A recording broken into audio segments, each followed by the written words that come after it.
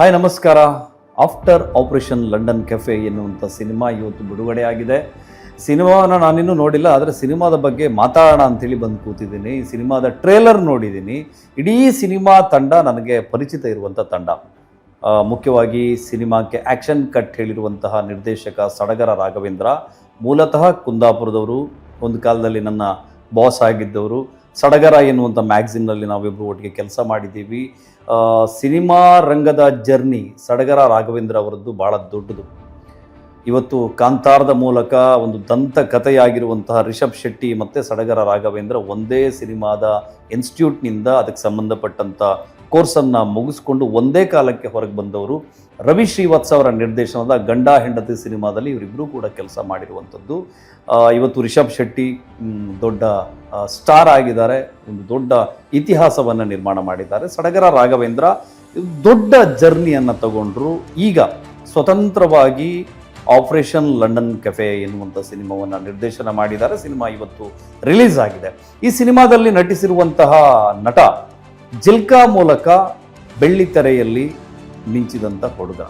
ಜಿಲ್ಕಾ ಒಂದು promising cinema ಆಗಿತ್ತು. ಅದು ಆರ್ಥಿಕವಾಗಿ ದೊಡ್ಡ ಸಕ್ಸಸ್ಸನ್ನು ಕಂಡಿದೆಯಾ ಅಂತ ಕೇಳಿದರೆ ಇಲ್ಲ, ಆದರೆ ಒಂದು ಒಳ್ಳೆ ಪ್ರಾಮಿಸಿಂಗ್ ಸಿನಿಮಾ. ಆ ಚಿತ್ರದಲ್ಲಿ ಕವಿ ಶೆಟ್ಟಿ ನಟಿಸುವ ಮೂಲಕ ಕನ್ನಡ ಚಿತ್ರರಂಗಕ್ಕೆ ಒಬ್ಬ ಉದಯೋನ್ಮುಖ ಹೊಸ ನಟ ಸಿಕ್ಕ ಎನ್ನುವ ರೀತಿಯಲ್ಲಿ ಚಿತ್ರರಂಗ ಮಾತಾಡಿಕೊಂಡಿತ್ತು.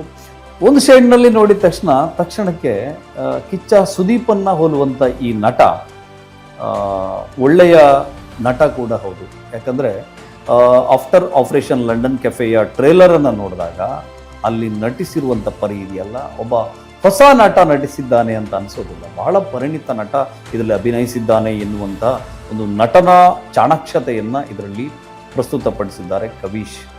ಒಳ್ಳೆಯ ಶೂಟಿಂಗ್ ಸ್ಪಾಟನ್ನು ಆಯ್ಕೆ ಮಾಡಿಕೊಂಡಿದ್ದಾರೆ. ಕಳಸ, ಚಿಕ್ಕಮಗಳೂರು, ಕುಂದಾಪುರ, ಒಟ್ಟಾರೆ ಕೋಸ್ಟಲ್ ಕರ್ನಾಟಕವನ್ನು ಮತ್ತು ಮಲೆನಾಡನ್ನು ಬಳಸ್ಕೊಂಡು, ಅಂದರೆ ಟ್ರೇಲರ್ನ ನೋಡಿದ ತಕ್ಷಣ ಯಾರಿಗಾದ್ರೂ ಅರ್ಥ ಆಗುತ್ತೆ ಇದು ನಕ್ಸಲಿಸಮ್ನ ತಿರುಳನ್ನು ಹೊಂದಿರುವಂಥ ಕತೆ.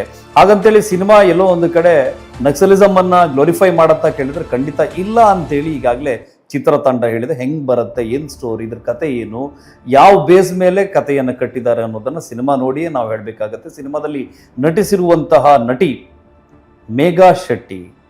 ಮೇಘಾ ಶೆಟ್ಟಿ ಗೋಲ್ಡನ್ ಸ್ಟಾರ್ ಗಣೇಶ್ ಅವರ ತ್ರಿಬಲ್ ರೈಡಿಂಗ್ ಚಿತ್ರದಲ್ಲಿ ನಾಯಕಿಯಾಗಿ ಕಾಣಿಸ್ಕೊಂಡಾಗಿ, ಅದರ ನಂತರ ದಿಲ್ ಪಸಂದ್ ಸಿನಿಮಾದಲ್ಲೂ ಕೂಡ ನಾಯಕಿಯಾಗಿ ಕಾಣಿಸ್ಕೊಂಡ್ರು, ಕೈವಾ ಸಿನಿಮಾದಲ್ಲಿ ನಾಯಕಿಯಾಗಿ ಕಾಣಿಸ್ಕೊಂಡ್ರು. ಅದೆಲ್ಲದಕ್ಕಿಂತ ಈ ಹುಡುಗಿಗೆ ದೊಡ್ಡ ಖ್ಯಾತಿಯನ್ನು ತಂದುಕೊಟ್ಟಿರುವಂಥದ್ದು ಜೊತೆಯಲ್ಲಿ ಸೀರಿಯಲ್.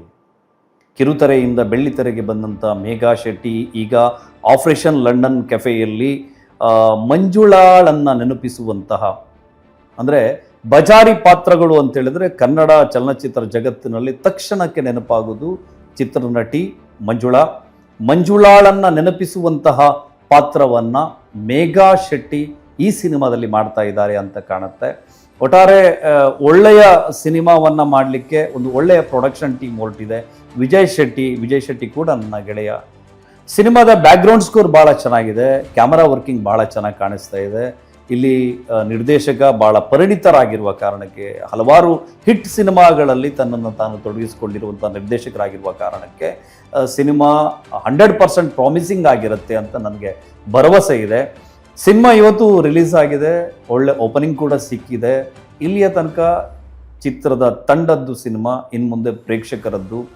ಬಹುತೇಕ ಸಿನಿಮಾಗಳು ರಿಲೀಸ್ ಆಗುವ ಮೊದಲು ಯಾವುದೇ ದೊಡ್ಡ ಸೌಂಡನ್ನು ಮಾಡದೇ ಇದ್ದರೂ ಕೂಡ ರಿಲೀಸ್ ಆದ ನಂತರ ಬಹಳ ದೊಡ್ಡ ಮಟ್ಟದಲ್ಲಿ ಹಿಟ್ಟನ್ನು ದಾಖಲಿಸಿದಂಥ ಹಿಸ್ಟ್ರಿಯನ್ನು ನಾವು ಗಮನಿಸಿದ್ದೀವಿ. ಇಡೀ ಸಿನಿಮಾ ತಂಡಕ್ಕೆ ಒಂದು ದೊಡ್ಡ ಬ್ರೇಕನ್ನು ಈ ಸಿನಿಮಾ ಕೊಡಲಿ.